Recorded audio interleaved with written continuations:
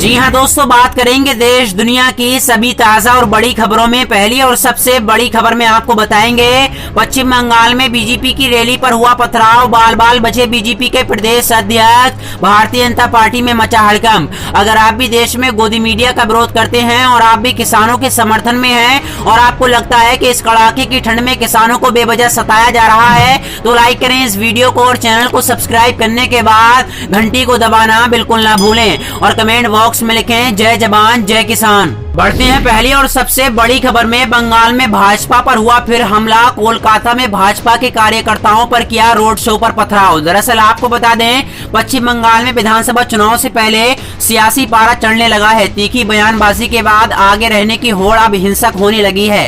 ताजा मामला कोलकाता का है। यहाँ सोमवार को भाजपा के रोड शो पर पथराव हुआ। इस रोड शो में केंद्रीय मंत्री देवाश्री चौधरी, भाजपा प्रदेश अध्यक्ष दिलीप घोष और टीएमसी छोड़कर भाजपा में शामिल हुए शुभेंदु अधिकारी शामिल थे। दरअसल आपको बता दें, इस घटना के बाद शुभेंदु अधिकारी ने कहा कि इस रैली के लिए पुलिस की अनुमति ली गई थी। इसके बावजूद कुछ लोगों ने पथराव कर दिया। ये रणनीति काम नहीं करेगी क्योंकि पश्चिम बंगाल के लोग हमारे साथ हैं, वे बदलाव चाहते हैं। दरअसल आपको बता दें, भाजपा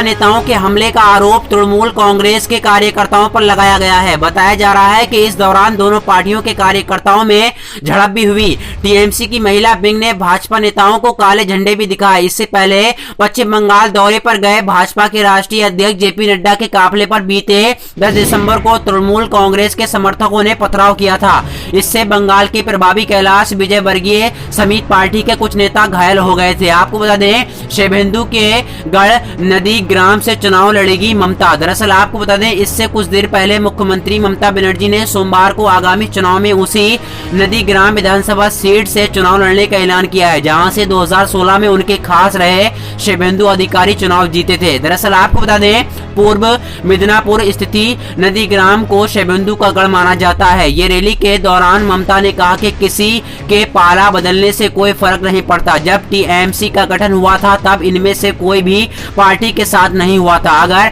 संभव हुआ तो मैं नदी ग्राम और भवानीपुर दोनों जगह से लड़ूंगी। दरअसल आपको बता दें, 19 दिसंबर को शुभेंदु के साथ सांसद सुनील मंडल, पूर्व सांसद दशरथ तुर्की और 10 एमएलए ने भी भाजपा ज्वाइन किया है। इनमें से 5 विधायक टीएमसी के थे। पहले तापसी मंडल, अशोक डिंडा, सुदीप मुखर्जी और संकेत पांजा, शैलेंद्र भट्ट दत्ता, दीपाली विश्वास और शुक्र मंडा, शैपन मुखर्जी और बिस्पीत कड़ू और बंसरी माइती ने पिछले महीने भाजपा ज्वाइन की थी। दरअसल आपको बता दें, टीएमसी के बागी शुभेंदु अधिकारी ने परिवार को नदी ग्राम विधानसभा क्षेत्र वाले पूर्व मिदनापुर में बस्तब और शुभेंदु के पिता कांग्रेस के विधायक और सांसद रह चुके हैं। वो यूपीए सरकार में ग्रामीण विकास राज्य मंत्री थे और अभी तृणमूल से सांसद हैं और शुभेंदु खुद लगातार विधायक और सांसद का चुनाव जीतते आ रहे हैं। शुभेंदु के एक भाई सांसद हैं और दूसरे नगर पालिका अध्यक्ष हैं। आपको बता दें, इस परिवार का 6 जिलों की 80 से ज्यादा सीटों पर असर है। ऐसे में ममता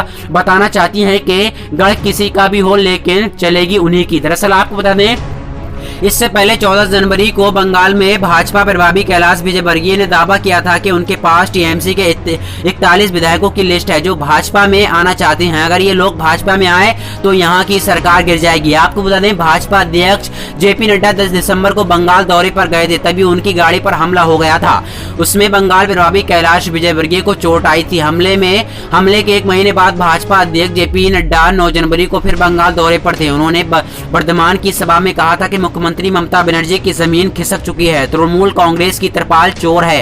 अफवान तूफान के समय केंद्र ने लोगों को स्थायी घर बनाने के लिए तरपाल भेजे थे। टीएमसी के लोग तरपालों को अपने घर ले गए हैं। आपको बता दें, इसी तरीके से तृणमूल कांग्रेस काफी आगे बढ़ती जा रही है और बिहार की राजनीति को लेकर अब इसी तरीके से बंगाल की राजनीति गरमाती जा रही है। जिस तरीके से बिहार में राजनीति गरमाई थी, उसी तरीके से बंगाल की राजनीति गरमाती जा रही है। बढ़ते हैं दूसरी खबर की तरफ। किसानों की ट्रैक्टर रैली पर सुप्रीम कोर्ट ने कहा कि दिल्ली में किसे एंट्री देनी है ये तय करना पुलिस का काम है। आपको बता दें, किसानों ने ऐलान किया है कि गणतंत्र दिवस के मौके पर वो दिल्ली में ट्रैक्टर रैली निकालेंगे।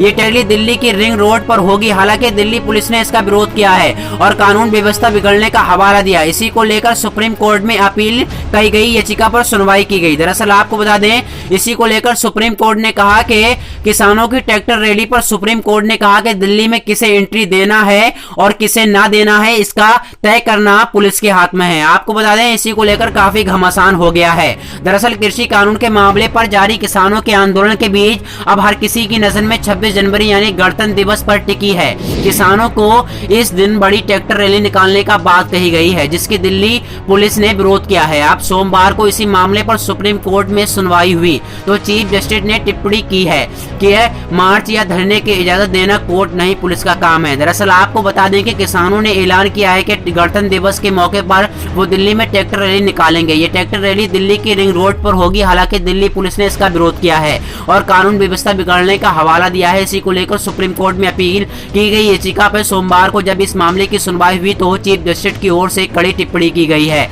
सर्वोच्च अदालत ने कहा कि रामलीला मैदान में प्रदर्शन की इजाजत पर पुलिस को फैसला करना है। साथ ही अदालत ने कहा कि शहर में कितने लोग कैसे आएंगे ये पुलिस तय करेगी। आपको बता दें, चीफ जस्टिस ने कहा कि क्या अब अदालत को बताना होगा कि सरकार के पास पुलिस एक्ट के तहत क्या शक्ति है। हालांकि जब सॉलिटर जनरल की ओर से गणतंत्र दिवस का हवाला देकर अदालत के निर्देश की अपील की गई, तब इस पर विस्तार से बुधवार को सुनवाई की जाएगी। आपको बता दें कि सुप्रीम कोर्ट पहले ही इस मामले की सुनवाई कर रहा है, जहां अदालत ने एक कमेटी का गठन किया है जो किसान और सरकार के बीच जारी कृषि कानून को लेकर विवादों को निपटाने का काम करेगी।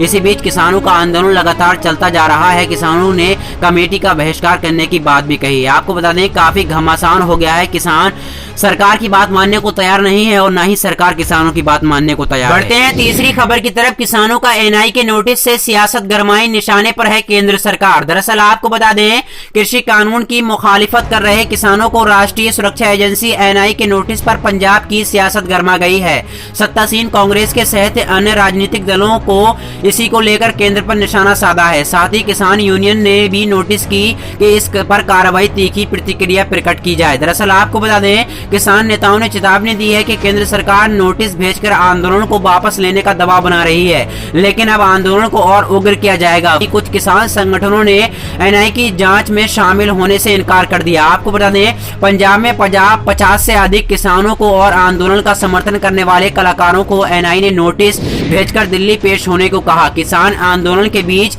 एनआई के नोटिस से जवाब का सियासी पारा चढ़ गया है। कांग्रेस, श्रोमणी अकाली दल और शियाद आम आदमी पार्टी, आप बहुजन समाजवादी पार्टी, बसपा सहित अन्य दलों के नेताओं ने तीखी प्रतिक्रिया दी है। आपको बता दें, राजनीतिक दलों ने इन नोटिसों को लेकर केंद्र सरकार पर निशाना साधा है। नेताओं का कहना है कि इससे पहले भी केंद्र सरकार कई केंद्रीय एजेंसियों को अपने लाभ के लिए दुरुपयोग करती है। अब किसान आंदोलन को लेकर एनआई का दुरुपयोग कर रही है। उन्होंने मांगा कि किसानों की मांग जायज है और केंद्र सरकार को विवादित कृषि कानून को वापस लेना चाहिए, लेकिन किसान यूनियन ने भी नोटिस पर तीखी प्रतिक्रिया देते हुए कहा कि केंद्र सरकार आंदोलन वापस लेने के लिए दबाव बना रही है, लेकिन केंद्र की ये कोशिश नाकाम रहेगी। किसान अब लड़ने मरने को बना चुके हैं। आपको बता दें, किसान नेताओं ने चेतावनी देते हुए कहा कि यदि केंद्र ऐसे हथकंडों से बाज नहीं आती है तो आंदोलन उग्र करने पर किसान विश्व हो जाएंगे। आपको बता दें, एनआई का दुरुपयोग करके किसानों को केंद्र सरकार द्वारा डराना बंद करना चाहिए। इसके साथ ही विवादित तीनों कृषि कानूनों को तत्काल वापस लेना चाहिए। भाजपा सरकार द्वारा राजनीतिक हितों को खातिर सरकार एजेंसियों का दुरुपयोग किया जा रहा है। सरकार कि किसानों संघर्ष से कमजोर करने की ये भद्दी चाल विफल साबित होगी। आपको बता दें, एनआई ने नोटिस के बाद ये साबित हो गया है कि केंद्र सरकार किसानों के आंदोलन से बौखला गई है। वो नोटिस का दबाव बनाकर आंदोलन को वापस कराना चाहती है, लेकिन वो इसमें सफल नहीं हो पाएगी। आपको बता दें, केंद्र सरकार इससे पहले भी आंदोलन को वापस लेने की नाकाम कोशिश कर चुकी है, लेकिन किसानों की मजबूती इरादों के आगे सरकार इस बार भी फिर बेबस हो जाएगी। केंद्र के रुख से ये तय हो गया है कि आंदोलन अब उग्र होना चाहिए।